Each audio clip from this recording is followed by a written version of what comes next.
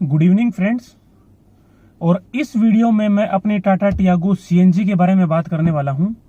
पीछे जो मैंने एक वीडियो बनाया था उसमें मैंने आपको पूरी इंस्टॉलेशन दिखाई थी सीएनजी किट के बारे में, लेकिन बहुत सारे लोगों के जो क्वेश्चंस पहले भी आ रहे थे, वीडियो देख के भी आ रहे हैं, तो उन सवालों को मैंने उस वीडियो में नहीं लिया था क्योंकि वीडियो नहीं तो बहुत ज्यादा लंबा हो जाता। तो इसलिए मैंने कहा था कि एक अलग से वीडियो बनाएंगे जिसमें सारे क्वेश्चंस को एड्रेस करेंगे। तो इस वीडियो में मैं सारे क्वेश्चंस के आंसर करने वाला हूं। बकायदा मैंने पूरे पेपर पे लिखे हुए हैं सारे क्वेश्चंस। अगर ये पूरा वीडियो देखने के बाद भी आपके मन में कोई डाउट है तो आप कमेंट सेक्शन में लिख के मुझसे पूछ सकते हैं, मैं जवाब जरूर दूंगा। पहला सवाल जो सबसे ज्यादा लोग पूछते हैं कि आपकी गाड़ी में किट कौन सी है या कौन सी किट हमें लगवानी चाहिए। देखिए, ज्यादातर लोग तो जिन्होंने नाम सुना है तो वो प्रेफर करते हैं लोवेटो। मेरे मन में भी यही था कि मैं लोवेटो की किट लगवाऊंगा। मैंने काफी जगह से पूछा भी, प्राइस भी पूछा। तो अभी जो मैंने किट लगवाई है वो है गैसटेक इटली।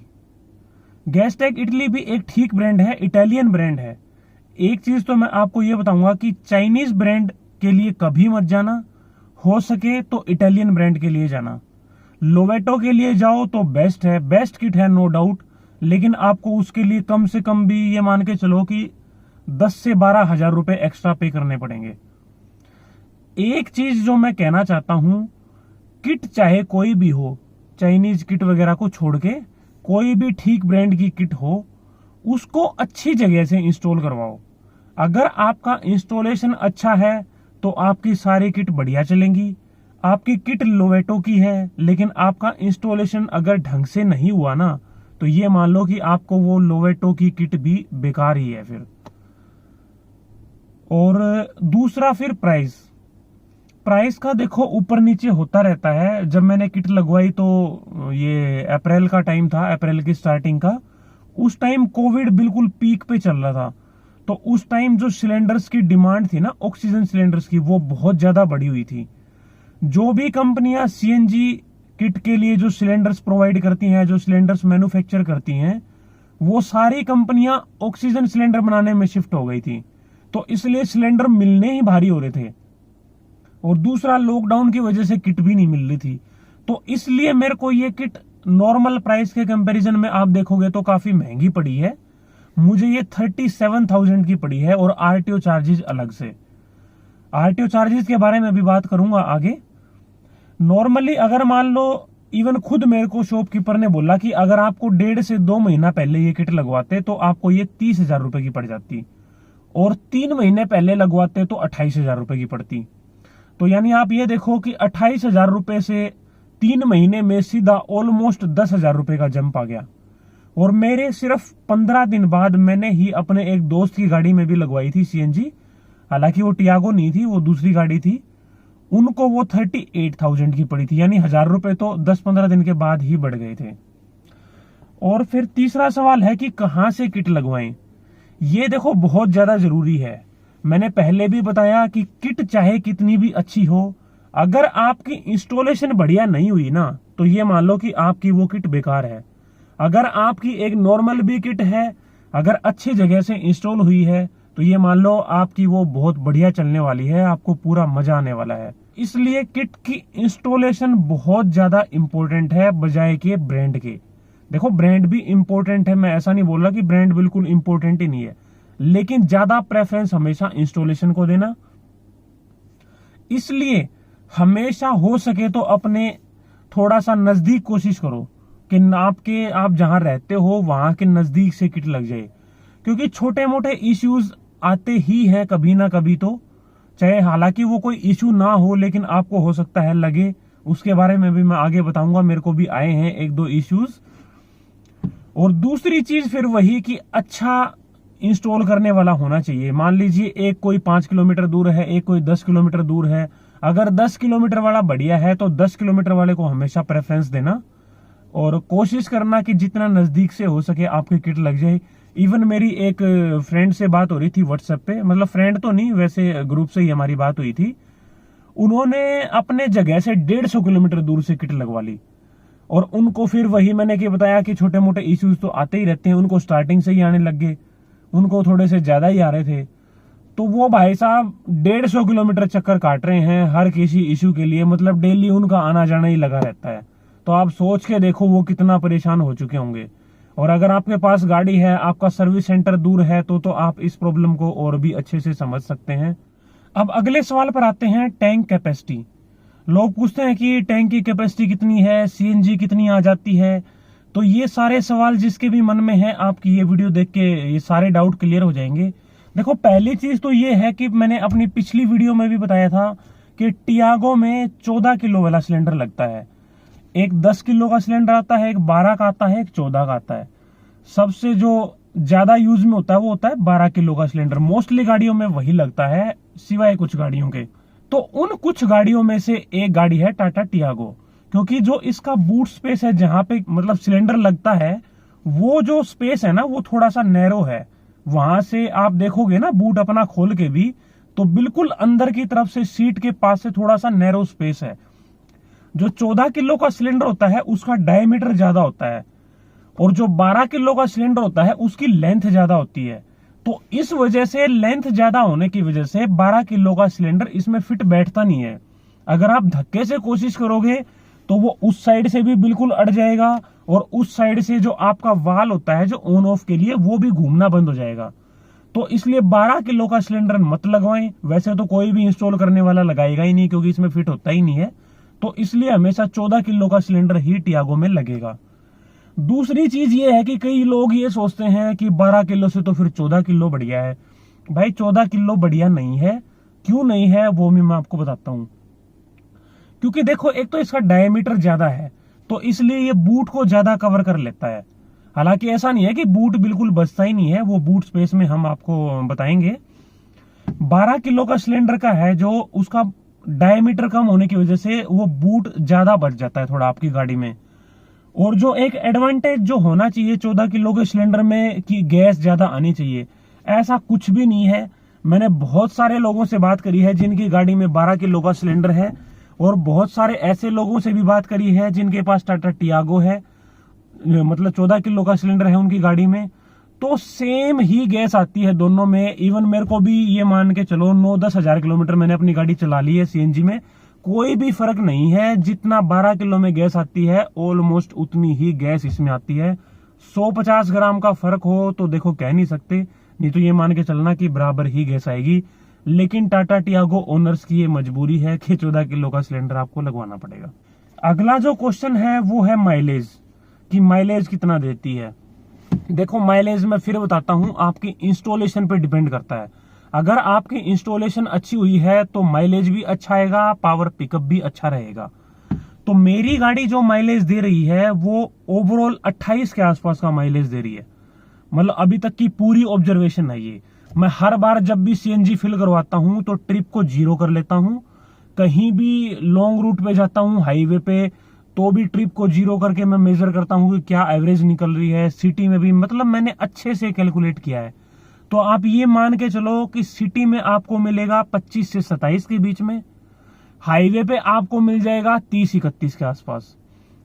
अगर मान लो आपकी नॉर्मल ड्राइविंग है, तो देखो मेरी नॉर्मल ड्राइविंग है, मैं 80-90 की स्पीड पे लाइट फुट से गाड़ी चलाता हूं। अगर आप वही है रेव करते हो, सडन ब्रेकिंग, सडन एक्सीलरेशन, तो माइलेज फिर आपको उस हिसाब से ड्रॉप हो जाएगा।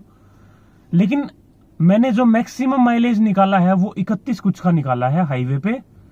तो ओवरऑल माइलेज है जो 28 के आसपास का है मेरा। सिलेंडर में गैस कितनी आती है और पूरा टैंक टू टैंक माइलेज कितना है।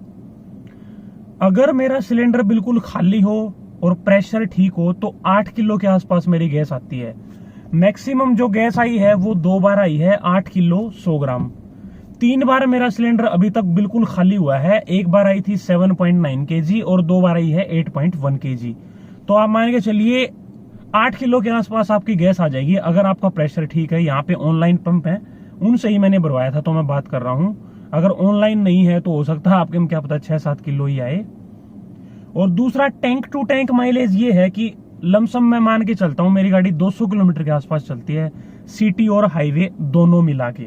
मतलब ये है कि 200 में पूरा खाली नहीं होता है, वो 7 किलो के आसपास गैस आती है। मतलब 200 किलोमीटर चल के मैं अगर फिल करवाने जाता हूँ तो 7 किलो के आसपास ही गैस आती है। फिर कभी 7.3, 7.4, कभी 7। तो ओवरऑल ये मान के चलिए कि आपकी 250 के आसपास तो चल जाएगी अगर आप बिल्कुल खाली करेंगे तो। मैंने एक बार मेजर किया है, 2 बार मेजर किया है एक्चुअली। एक बार तो मेरी फुल चली थी 238 किलोमीटर और एक बार मेरी चली थी 261 किलोमीटर। तो मैक्सिमम जो मेरा टैंक टू टैंक माइलेज आया है वो आया है 261 किलोमीटर का, यानी 8 किलो में 261 किलोमीटर, 8 किलो 100 ग्राम में ही मान लीजिए, तो 31 के आसपास का एवरेज बनेगा। मतलब लेकिन फिर भी मैं ये मान के चलता हूँ कि ओवरऑल जो मेरा माइलेज है वो 28 के आसपास मेरे को मिलता है, सिटी हाईवे दोनों मिक्स करके। फिर है रनिंग कॉस्ट। रनिंग कॉस्ट तो देखो डिपेंड करती है कि आपकी सिटी में या जहां पे आप रहते हैं वहां सीएनजी के प्राइसेस क्या हैं।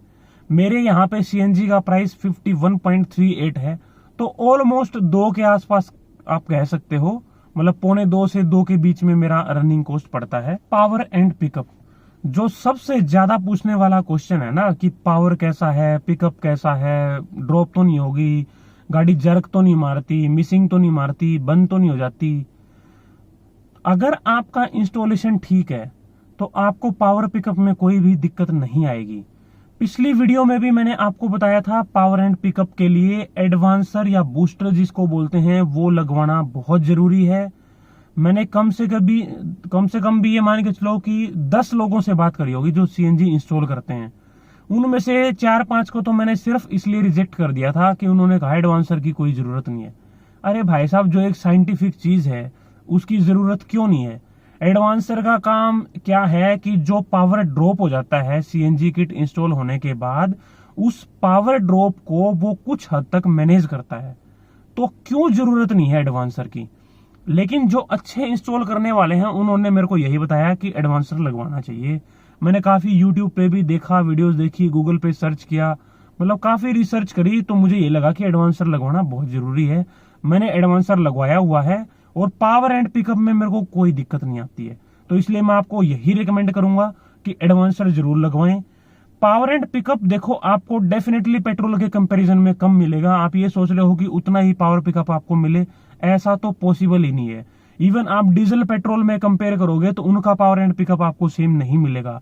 अगर आप डीजल गाड़ी आपने चला के देखी है ना, तो आपको पेट्रोल गाड़ी चलाने में मजा ही नहीं आएगा।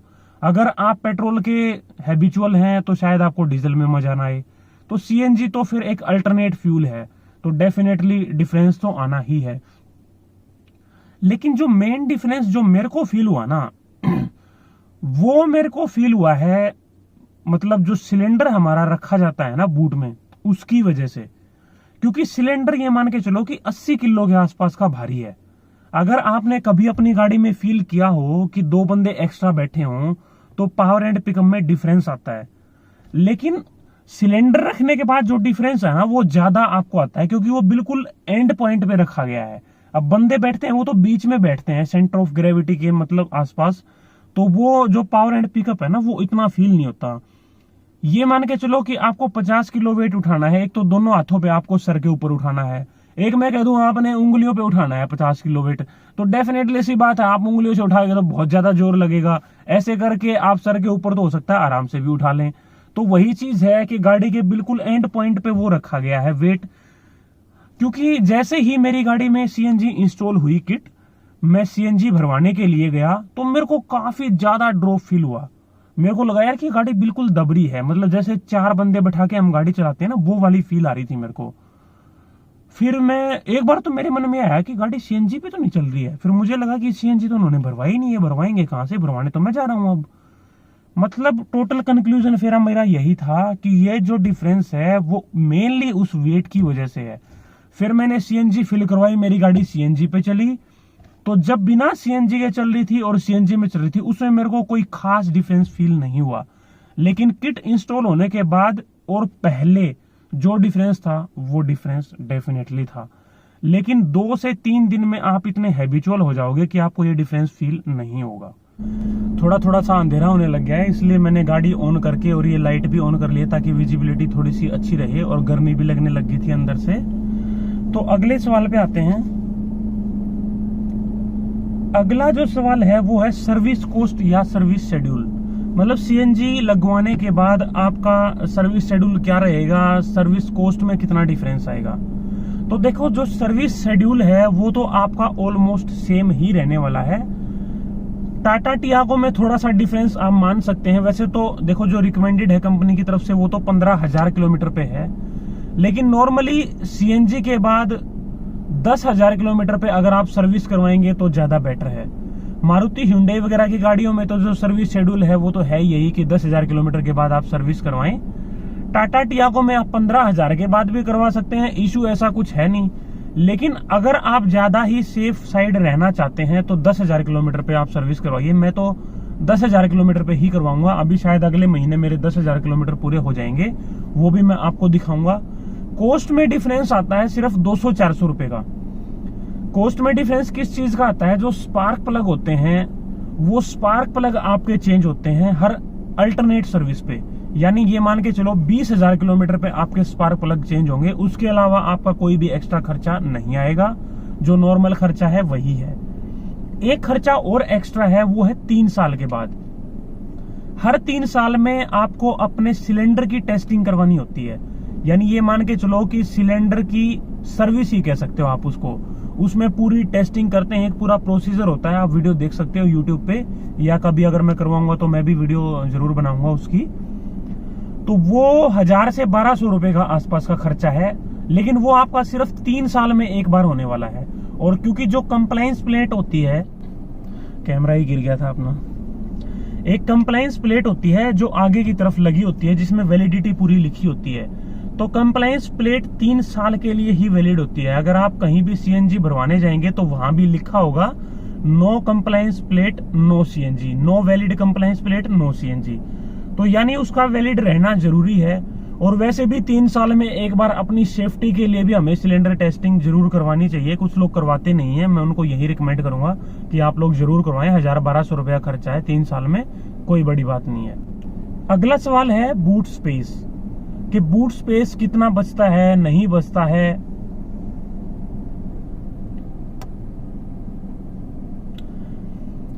कई लोग ऐसा बोलते हैं कि बूट बिल्कुल खत्म हो जाता है, बूट तो बचेगा ही नहीं।